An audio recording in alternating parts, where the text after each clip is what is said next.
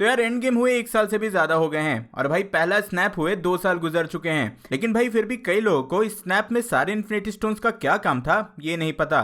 और इस वीडियो में हम यही जानेंगे कि आखिर एक स्नैप में हर एक इन्फिनिटी स्टोन का क्या क्या काम होता है, आखिर हर स्टोन का कौन सा पावर स्नैप में यूज होता है।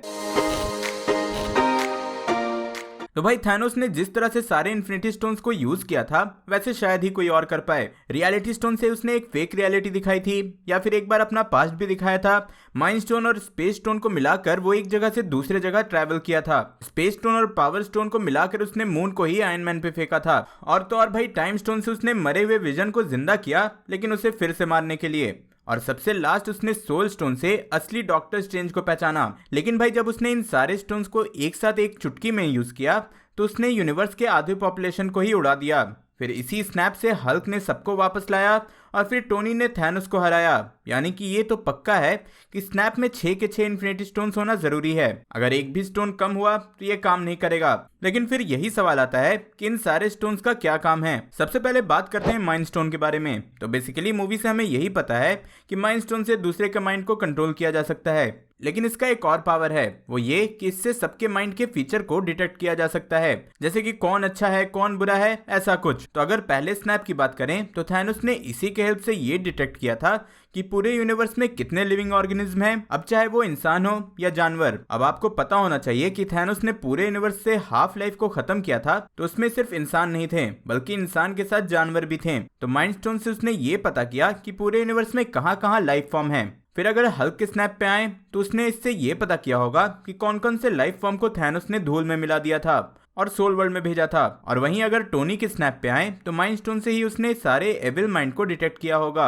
जो कि थैनोस का साथ दे रहे थे। इसलिए उसके स्नैप में थैनोस की पूरी आर्मी खत्म हो जाती है पर गमोरा बच जाती है। आगे अब रियलिटी स्टोन का किस्सा सिंपल सा है। मूवी में क्लियरली बताया गया कि इससे आप जैसी भी रियलिटी चाहते हैं वैसी हो सकती है। लेकिन हाँ, अगर सिर्फ रियलिटी स्टोन का यूज किया गया तो वो बस एक वर्चुअल टाइप की रियलिटी होगी। लेकिन यहाँ अगर बाकी स्टोन के पावर्स को साथ मिलाकर यूज किया जाए तो एक रियल रियलिटी बनाई जा सकती है। और इसी के हेल्प से थैनोस ने सारे लिविंग ऑर्गेनिज्म्स के फिजिकल बॉडी को इरेज कर दिया। सिमिलरली ऐसा ही कुछ हमने इन्फिनिटी वॉर के स्टार्टिंग में भी देखा था, जहां उसने ड्रैक्स और मेंटिस के फिजिकल बॉडी के साथ कुछ ऐसा ही किया था। तो वैसे ही यहाँ उसने बाकी स्टोन्स के साथ रियलिटी स्टोन के पावर को मिलाकर फिजिकल बॉडी को धूल में बदल दिया। फर्क सिर्फ इतना था कि यहाँ उसने सारे के सारे स्टोन्स का यूज किया। देन सेम ऐसा ही हल्क ने स्टोन से सबके बॉडी को वापस एग्जिस्टेंस में लाया और टोनी ने थैनोस की आर्मी को भी फिर से ऐसे ही उड़न छू किया। आगे सोल स्टोन पे आए तो ये एक ऐसा स्टोन है जो कि सबसे ज्यादा मिस्ट्री से भरा हुआ था और इसे पाना भी सबसे ज्यादा हार्ड था। और शायद मूवी में इस स्टोन को अलग से सिर्फ एक ही बार यूज किया गया। जब डॉक्टर स्ट्रेंज अपने कई प्रोजेक्शन बनाता है तब थैनोस ने सोल स्टोन के हेल्प से असली स्ट्रेंज को पहचाना था। मतलब कि यहाँ से हम समझ सकते हैं कि सोल स्टोन सोल डिटेक्ट करता है। फिर कॉमिक्स में सोल स्टोन में सोल वर्ल्ड भी है और इसके नाम से ही हम गेस कर सकते हैं कि सोल स्टोन के हेल्प से सारे लोगों के सोल को एग्जिस्टेंस से हटाकर सोल वर्ल्ड में भेजा गया होगा। आप इसको ऐसे समझ सकते हैं, रियलिटी स्टोन से जैसे कि फिजिकल बॉडी को एग्जिस्टेंस से हटाया गया, सिमिलरली सोल स्टोन से सोल को एग्जिस्टेंस से हटाया गया। तो फर्स्ट स्नैप में थैनोस ने सबका सोल हटाया और जब हल्क ने स्नैप किया तो सोल को वापस एग्जिस्टेंस में लाया गया। लेकिन भाई स्पेस स्टोन का क्या? तो भाई इसको समझना बहुत ही सिंपल है, मैं बताऊंगा उससे पहले ही बहुत लोग कमेंट में ही बता देंगे। हम सबको पता है कि सिर्फ स्पेस स्टोन ही एक ऐसा स्टोन है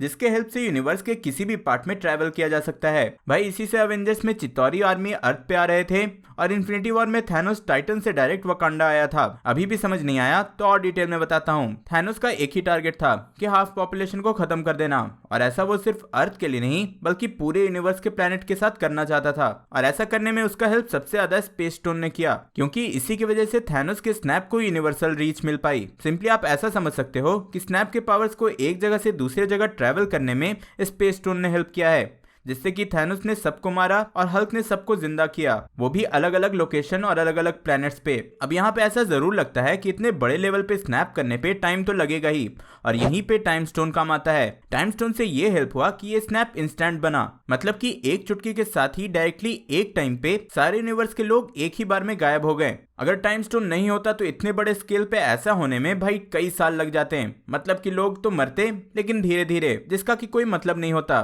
टाइम स्टोन से ये ये इंश्योर हुआ कि स्नैप पूरे यूनिवर्स में फिक्स टाइम पर हुआ और एक ही बार में सब गायब हो गए। एंड सबसे लास्ट में आता है पावर स्टोन। एंड अगर आपने मूवीज ध्यान से देखी होगी तो जब भी किसी स्टोन के साथ पावर स्टोन को यूज किया जाता है तो उसके पावर्स और बढ़ जाते हैं। मतलब कि पावर स्टोन को एक सपोर्ट सिस्टम की तरह यूज किया गया है बाकी स्टोन्स के पावर्स को और इनहेंस करने के लिए।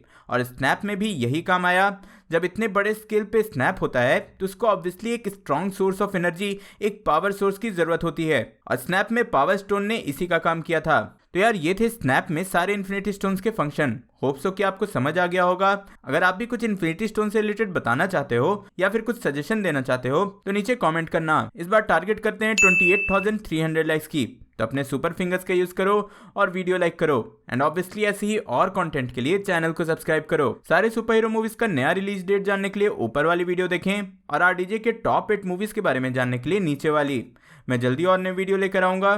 टिल देन बी देसी बी नर्ड।